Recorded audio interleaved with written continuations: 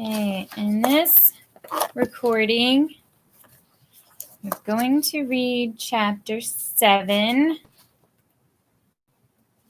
Contract Terms, Express Terms, Interpretation, Parole Evidence. This chapter focuses on express contract terms and how courts interpret the meaning of those terms. The sections of the code involve 1-2013, defining agreement, 1-20112, defining contract, 2-202, which is a writing intended by the parties as a final expression of their agreement with respect to such terms as are included therein. It is also the source of a writing intended also as a complete and exclusive statement of the terms of the agreement.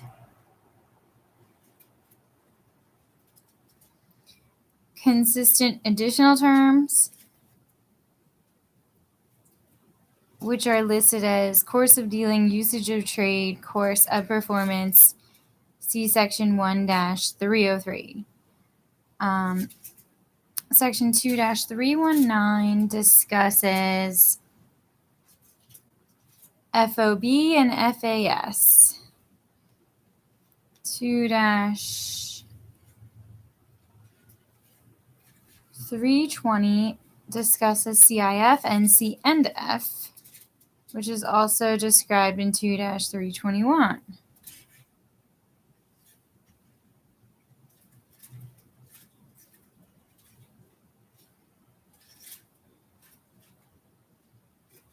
And when I was reading 2-202, I was talking about partially integrated and like fully integrated, I think, agreements. I forgot to mention the consistent additional terms in my notes here.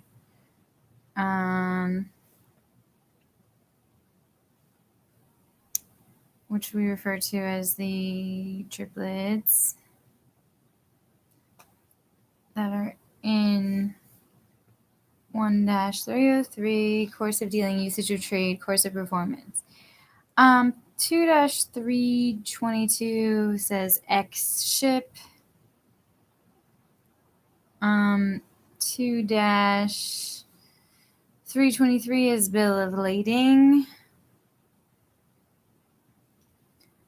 2-324 is no arrivals, no sale, and 2-325 is letters of credit.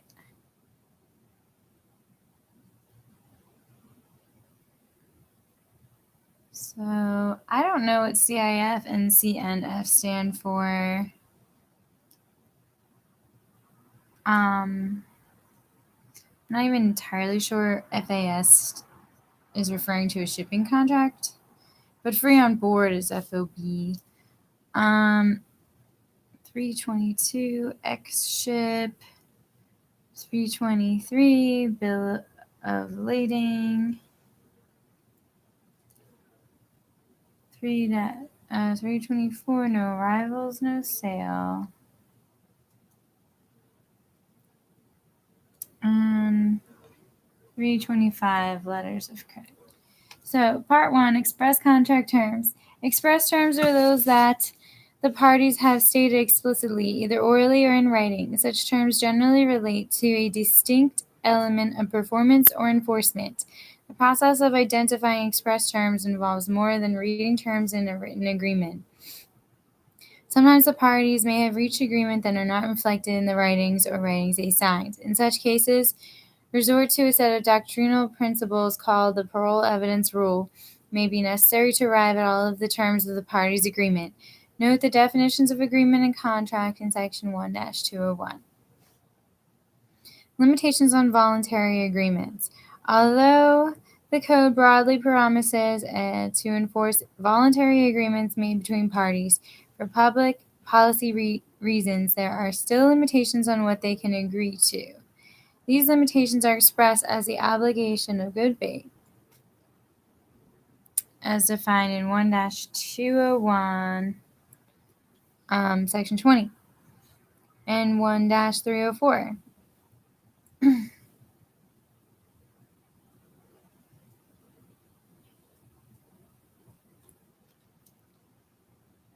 And the restraint imposed by Section 2-302 on unconscionable bargains.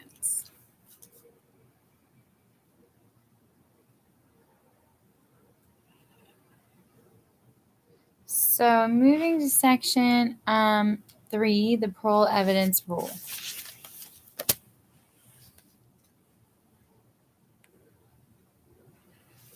The parole evidence rule is actually a complex set of doctrines. You may recall from your contract class that the parole evidence rule evolved based on the assumption that when parties adopt a written agreement as the embodiment of their contract, it is reasonable to assume that they have incorporated all the terms of their agreement in the writing. Accordingly, the parole evidence rule initially was developed to exclude evidence of agreements extrinsic to outside the writing. Specifically, the rule first asks if the parties to a written agreement intended that writing to be the full and complete embodiment of everything they agreed to.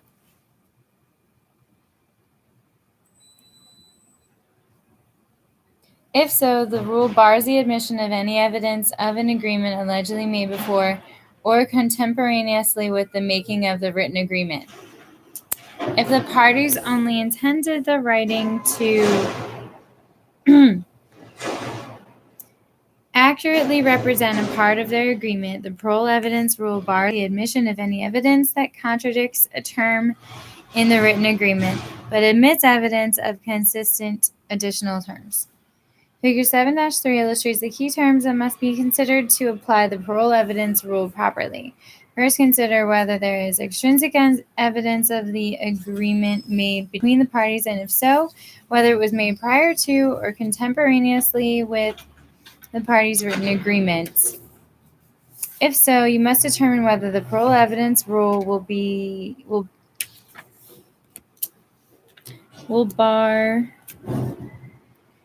admission of the evidence of that agreement. If there is evidence of an agreement made after the parties' written agreement, the parole evidence rule is not implicated. Therefore, as illustrated in 7-3, there is no bar to the admissibility of evidence of a post-writing agreement.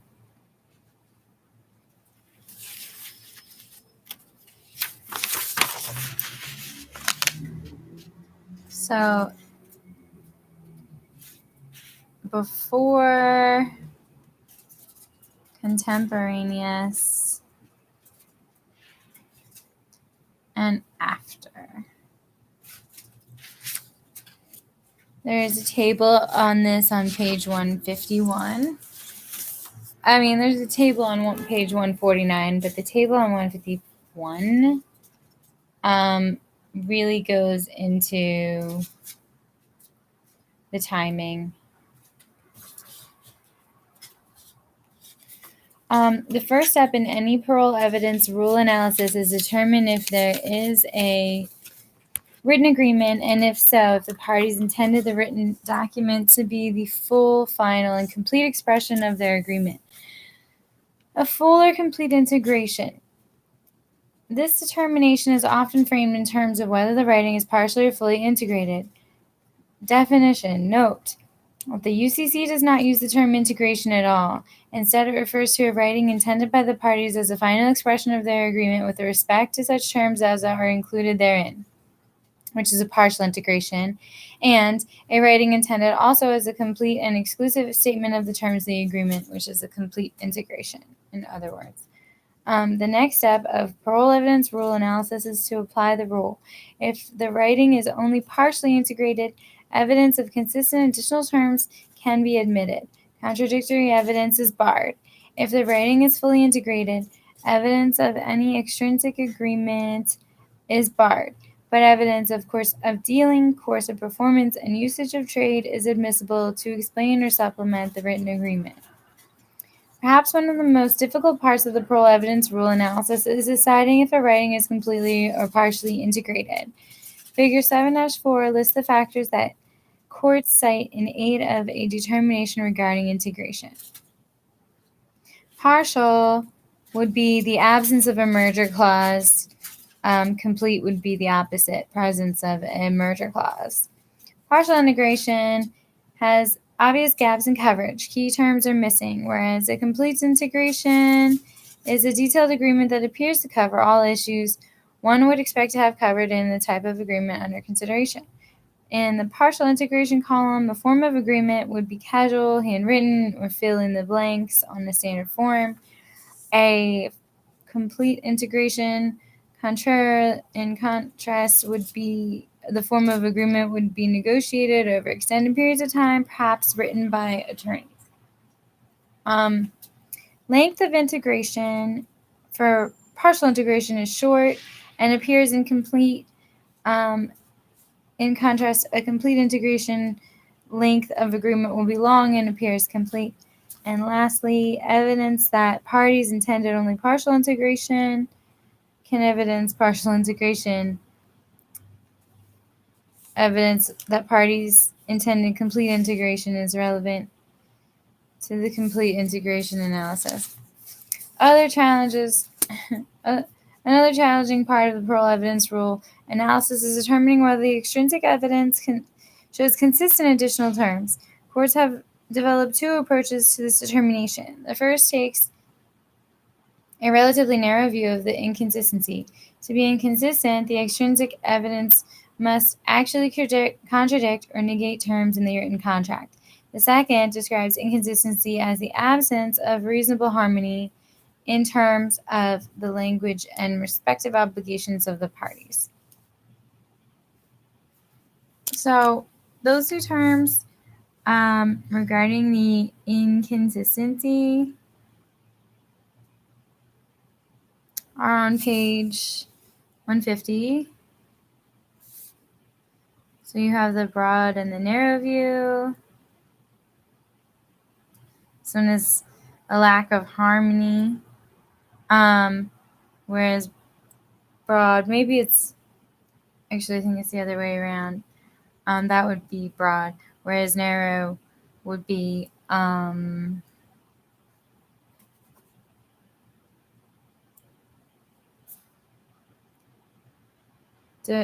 think it was actually contradict or negate.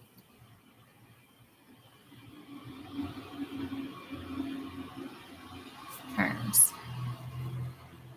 The UCC continues the common law approach to analyzing parole evidence, although it continues to liberalize the common law rule. You are introduced to one common fact pattern that involves the parole evidence rule in Chapter 6 regarding warranties and warranty disclaimers. A salesperson before a sale makes an oral representation to a prospective buyer regarding product. When the buyer buys the product, the written sales agreement contains a disclaimer of warranties. After the sale, the buyer experiences a problem with the product. Contrary to the salesman's oral representations, the buyer's ability to sue for breach of warranty may turn on the court's interpretation and application of the parole evidence rule. Like any simplistic explanation of complex doctrine, the foregoing discussion of the parole evidence rule is only the tip of the iceberg. Figure 7.5 may help you predict when extrinsic evidence will be admissible under UCC parole evidence rule, section 2-202.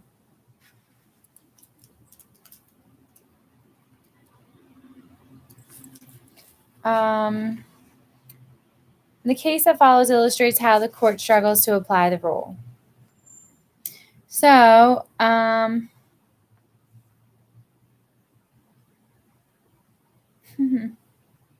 gives you five, in this figure there's 5 different lines, but there's 3 different columns. And the 3 columns are not an integrated writing, final as to terms contained therein, and final, complete, and exclusive statement of all terms. And the answer, yes or no, is applied. Yes would be if the extrinsic evidence is admissible. No would mean that it's not. So for any prior agreement that contradicts the writing in a non-integrated writing is admissible, whereas it's not admissible if the agreement is either partially integrated or completely integrated. Contemporaneous oral agreement that contradicts the writing is admissible, again, if you do not have integrated writing, everything is admissible. It's just yes, across the board. Furthermore, across the board, any subsequent agreement, even if contradictory, is always admissible. The professor said to look at that as a new agreement or modification. It's really when there's a contemporaneous oral agreement that contradicts the writing that you see it's inadmissible to both partial integrated agreements or completely integrated agreements. Course of performance, dealing, and usage of trade are always admissible, but the caveat with partially integrated and completely integrated agreements is if the course of performance, course of dealing, or usage of trade carefully negates a term of the contract. So read comment 2 of the code for 2-202 for more information. And lastly is prior consistent additional terms. So those will be admissible if it's a partially integrated agreement, unless if agreed upon would certainly have been included. But it is not admissible for a complete integration. That's prior consistent additional terms. So I skipped the case about Sun, Lun, and Shoemaker on page 151. And the rest of the chapter consists of exercises, but we do stop at delivery terms on page, we pause at delivery terms on page 157. There's also a nice table on 158 about the free on board and the shipping contracts and who insures what. So for delivery terms, one way the parties can agree upon risk of loss is by using express delivery terms which have meanings defined by the code. For example, the code FOB means free on board, and when used in connection with the place of shipment, it means that the risk of loss passes at the place of shipment. If a sales contract requires delivery to be free on board Chicago, you cannot tell whether shipment is destination or shipment until you know whether the seller or buyer is located in Chicago. If the seller is in Chicago and the buyer is in New York, the contract is a shipment contract. Tender occurs in Chicago, and the buyer has the risk of loss while the goods are en route from Chicago to New York. If the seller is in New York and the buyer is in Chicago, it is a destination contract. Tender occurs in Chicago, and the seller has the risk of loss during the trip to Chicago. Caution: some of the same terms have different meanings in international trade. For assistance in mastering the meaning of the various shipment terms under the UCC and their relation to the risk of loss analysis under 2-509 is your risk of loss analysis. See figure 7.6 on the next page. Which again, it just gives you term, which is an acronym many times. Oh, and you see cost, insurance, and freight is what CIF stands for, and C&F stands for cost and freight. X-ship is always a destination kind of a contract, and risk transfers from the seller to the buyer upon unloading at the destination. For the CIF and the C&F, these are both always going to be shipment contracts. The possession of the carrier after loading is when the risk of loss passes for both, surprisingly. And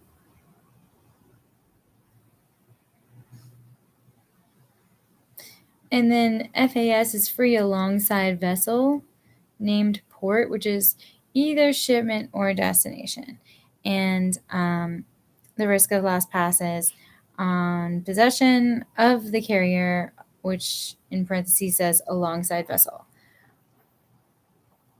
FOB, free on board, point of shipment is shipment contract. And we discussed that the possession of the carrier is the point in which the risk of loss passes. If the point of shipment is indicated, free on board point of shipment. Free on board vessel, car, other vehicle, point of shipment is also a shipment contract. The risk of loss passes. Delivery on board carrier, seller must load. That's the point at which risk of loss passes. FOB destination and FOB vessel, car, or other vehicle destination are both destination contracts. And the point at which the risk of loss passes for an FOB destination is tender of goods in possession of carrier to buyer at destination. For FOB vessel, car, or other vehicle, destination, the risk of loss passes on tender of goods on board carrier at destination. So there's a exercise to read the Stampede case, which I think involved interception of goods by a carrier that was acting in fraud, I believe. And there's an exercise after that case in Part 5, Contract Interpretation. Because we believe that contract law aims at enforcing the voluntary agreements of parties or carrying out the intent of the parties, the process of contract interpretation is designed to ascertain exactly what the parties intended. However, because we believe that contracts are formed based on mutual expressions, outward manifestations of the parties' intentions, we ultimately are concerned with finding what the parties objectively appeared to agree to at the time they entered into the contract rather than what they subjectively were hoping for. Typically, contract interpretation issues arise when the parties contest the meaning of an express term in the written contract. Such a contest generally arises due to A, ambiguities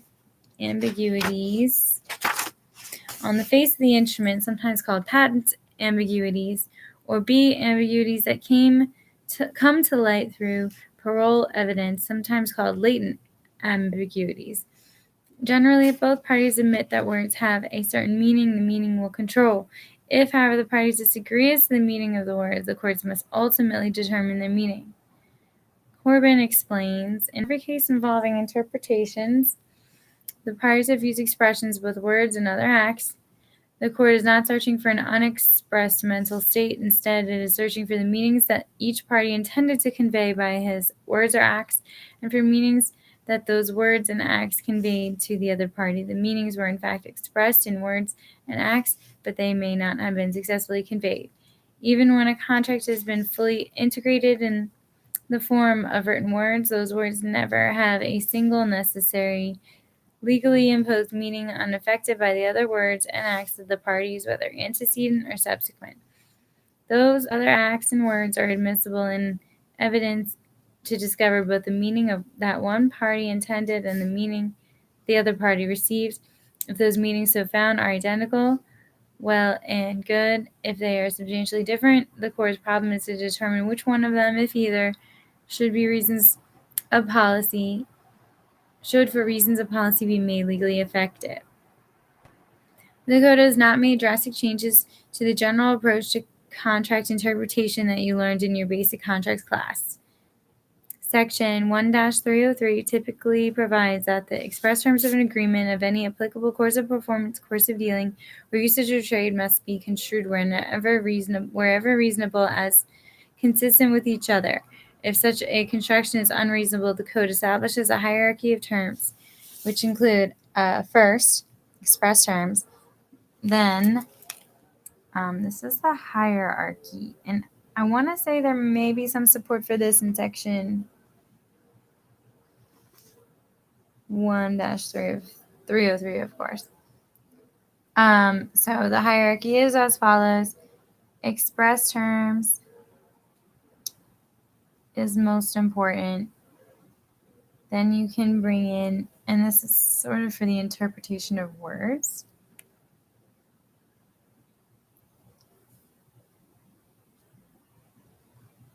Got the express terms, course of performance, course of dealing, and usage of trade in that order. Official comment 2 to section 1-303 states that the UCC rejects both the lay dictionary and the conveyancer's reading of a commercial agreement. Instead, the meaning of the agreement of the parties is to be determined by the language used by them and in their actions, read and interpreted in light of the commercial practices and other surrounding circumstances. The measure and background for interpretation are set by the commercial context, which may explain and supplement even the language of a formal or final writing. Section 2-202 makes it clear that no finding of ambiguity is necessary before extrinsic evidence can be introduced to assist in the interpretation of a contract.